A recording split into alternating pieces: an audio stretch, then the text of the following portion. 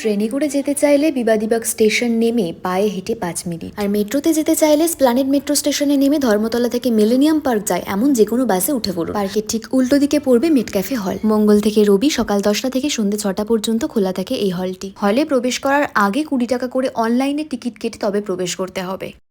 কলকাতা মূলত বাঙালি বা অবাঙালি অর্থাৎ ভারতীয়দের বসবাসকারী একটা শহর, কিন্তু এই শহরের আনাচে কানাচে যদি আপনি ঘুরে দেখেন তাহলে প্রচুর বিদেশি স্থাপত্যের খোঁজ পাবেন। আর আজ সেরকমই একটা বিদেশি স্থাপত্যের সন্ধানে আমরা চলে এসেছি কলকাতার বিবাদীবাগ সংলগ্ন এলাকার মেট ক্যাফেতে। এটা মূলত একটা মিউজিয়াম, কিন্তু এই মিউজিয়ামের মধ্যে যদি আপনি প্রবেশ করেন আপনার মনে হবে আপনি কোনো গ্রিক রেনেসাঁ স্থাপত্যে প্রবেশ করেছেন। তো চলুন এই ব্লগের মাধ্যমে আপনাদেরকে এই মিউজিয়ামটা ঘুরে দেখাই।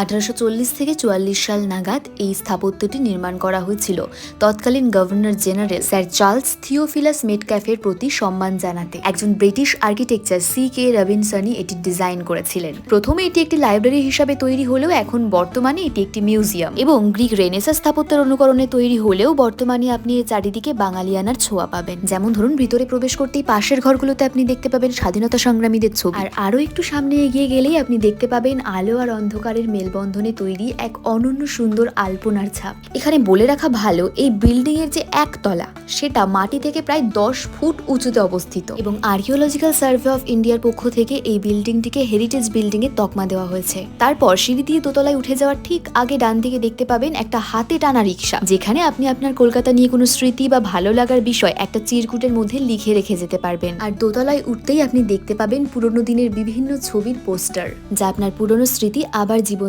করে তুলবে। এভাবেই বিভিন্ন কারুকার্যের ছোঁয়ায় বর্তমানে এই বিল্ডিংটি প্রকৃত বাঙালি আনার নিদর্শন।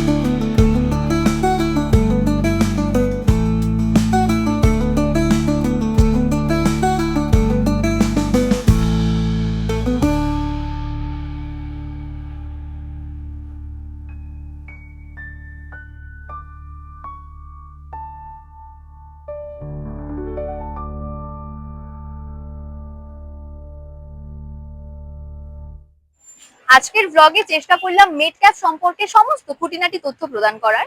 আশা করি ভালো লেগেছে। আর আপনিও যদি কখনো সময় বার করতে পারেন তাহলে অবশ্যই আসুন মেট ক্যাফেতে বাংলার ঐতিহ্যকে আরো গভীরভাবে অনুভব করার জন্য। আজকের মতো এই পর্যন্তই। দেখা হবে নতুন কোনো ব্লগে নতুন কোনো গল্প নিয়ে। নমস্কার।